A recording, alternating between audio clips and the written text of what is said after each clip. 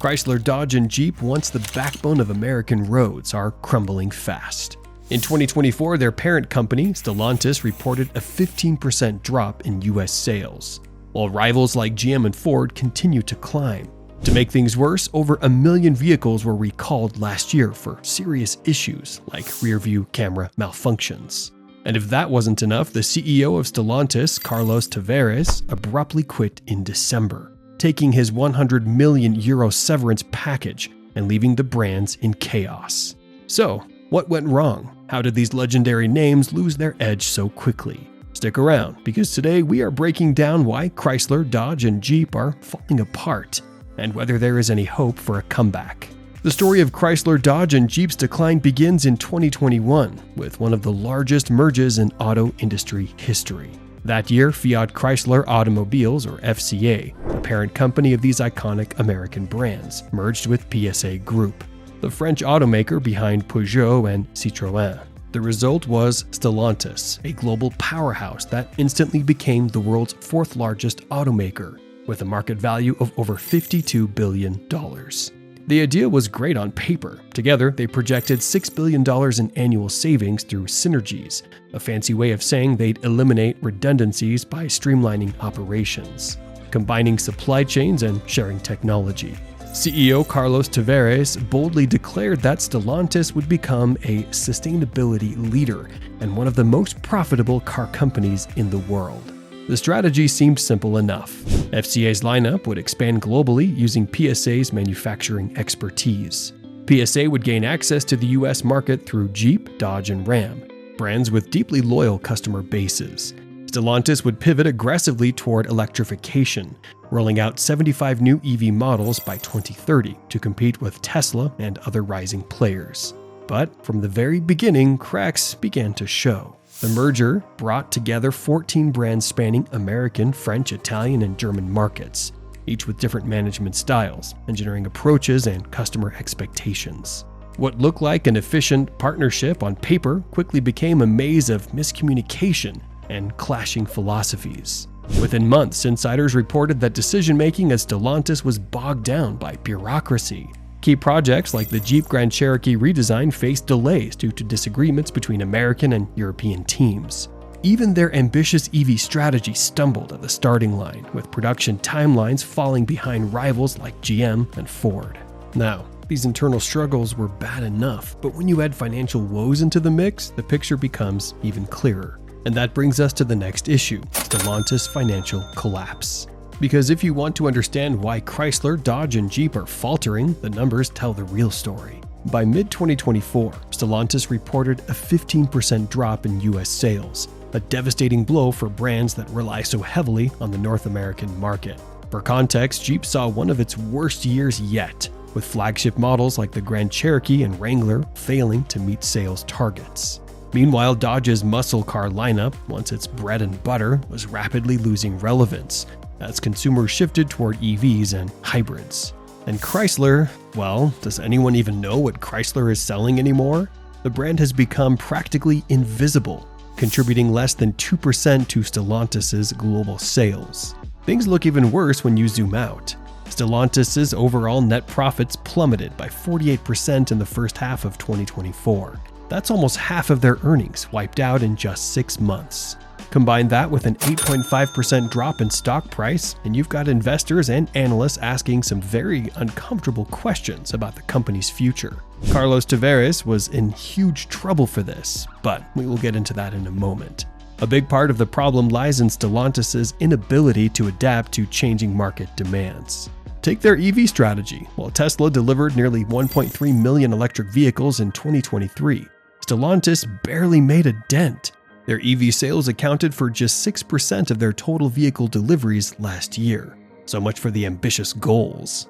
It doesn't help that Stellantis has faced massive supply chain disruptions. Factory shutdowns became a recurring issue throughout 2023 and 2024, with key facilities like the Belvidere assembly plant in Illinois shutting operations indefinitely. This plant alone produced the Jeep Cherokee, one of Stellantis' core products, and its shutdown left over 1,200 workers jobless.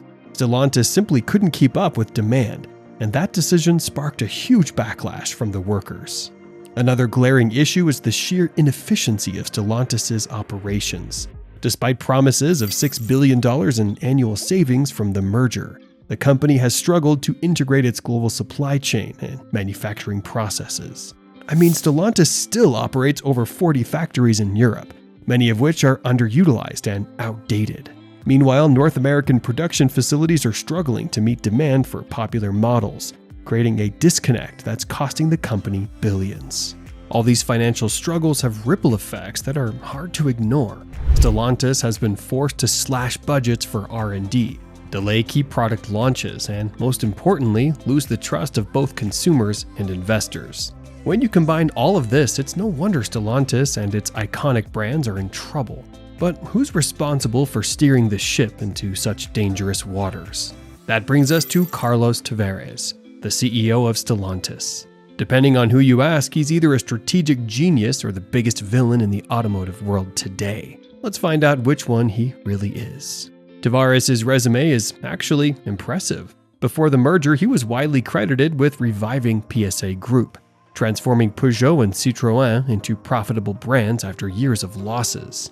When Stellantis was formed in 2021, naturally, Tavares was seen as the perfect leader to bring the same magic to the brands. And to his credit, Tavares knows how to identify inefficiencies and cut costs.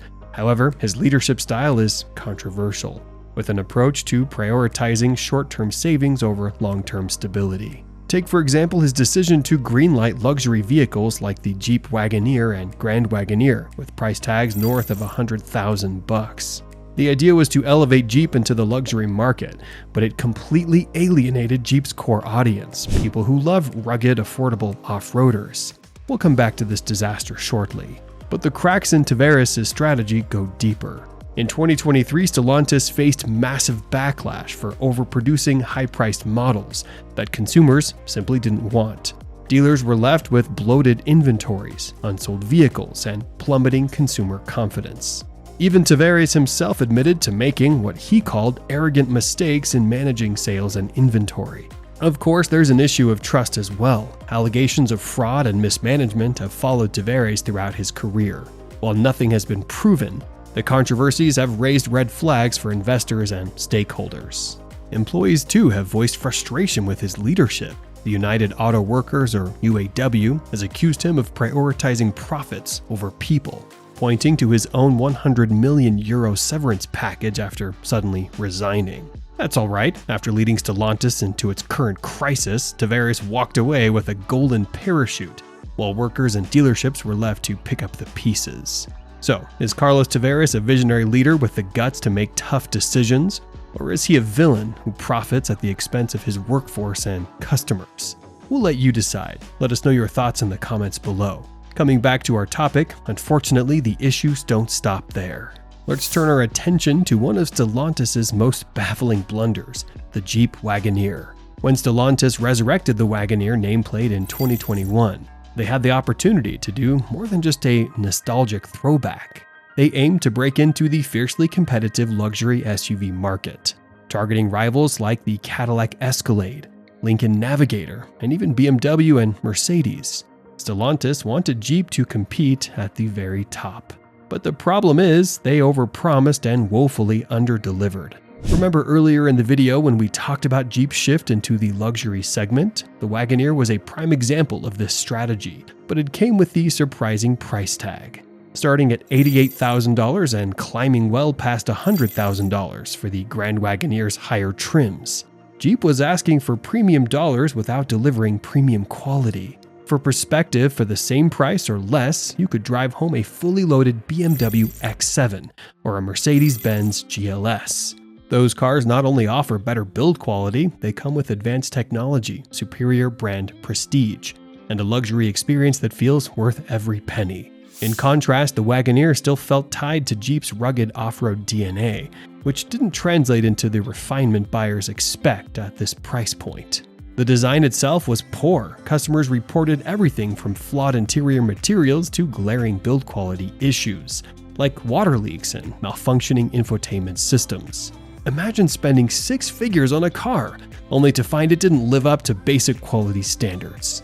A so-called luxury SUV like this should exude elegance and sophistication, but instead the Wagoneer felt like a joke, an overpriced gimmick. The timing couldn't have been worse either. Stellantis rolled out the Wagoneer in the middle of a global shift towards EVs and sustainability. Yet, here was a gas guzzler with a dismal 13 miles per gallon in city driving. While Tesla was winning over eco-conscious consumers and Ford was rolling out hybrid SUVs, Jeep came across as completely out of touch with market trends. Unsurprisingly, the numbers paint a grim picture. Wagoneer sales fell far short of expectations, with dealerships struggling to move inventory even after heavy discounts. Worse, this flop didn't just hurt Jeep, it exposed Stellantis' inability to compete with established premium brands. As if financial losses and product failures weren't enough, Stellantis' biggest challenge might be this: a complete brand identity crisis. Let's start with Chrysler, the most neglected of the three brands. It's become a ghost in the North American market, with just two models in its lineup: the Pacifica minivan and the soon-to-be discontinued 300 sedan. While the Pacifica holds its ground as a solid choice in the minivan segment, it's nowhere near enough to sustain an entire brand. Without any clear direction or new product launches, Chrysler's identity has become a question mark in the eyes of consumers. Is it a family brand? A luxury brand? An EV brand? Nobody knows, not even Stellantis.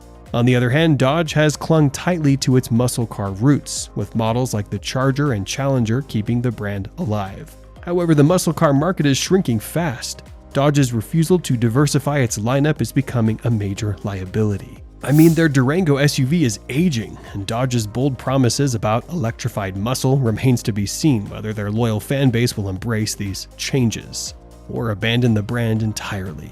Right now, Dodge feels stuck in the past, unable to keep up with changing consumer demands. Jeep, which has arguably suffered the most from Stellantis' identity crisis. It was once the gold standard for rugged off-road vehicles, but Stellantis' push to take Jeep upscale has muddied the waters. Models like the Compass and Renegade feel uninspired. The Wagoneer and Grand Wagoneer, as we just discussed, alienated core customers with their sky-high price tags. Even the iconic Wrangler, a model that should be untouchable, has come under fire for falling behind competitors like the Ford Bronco in terms of reliability and innovation. The core problem here is that these brands no longer stand for anything specific. Stellantis is trying to make them all things to all people: luxury, performance, ruggedness. But in the process, they've lost what makes them unique and what made them great. In an industry where identity and trust are everything, Chrysler, Dodge, and Jeep are at risk of fading into irrelevance. And unless Stellantis takes bold action to fix this mess, their legacy could crumble altogether. So, after all this, the big question is, can Stellantis truly turn things around? Or are Chrysler, Dodge, and Jeep heading toward a slow-motion collapse? On paper, the company has laid out some ambitious plans. They're promising to roll out 75 new EV models by 2030. That's ambitious, and if Stellantis can actually deliver, it might give them a fighting chance.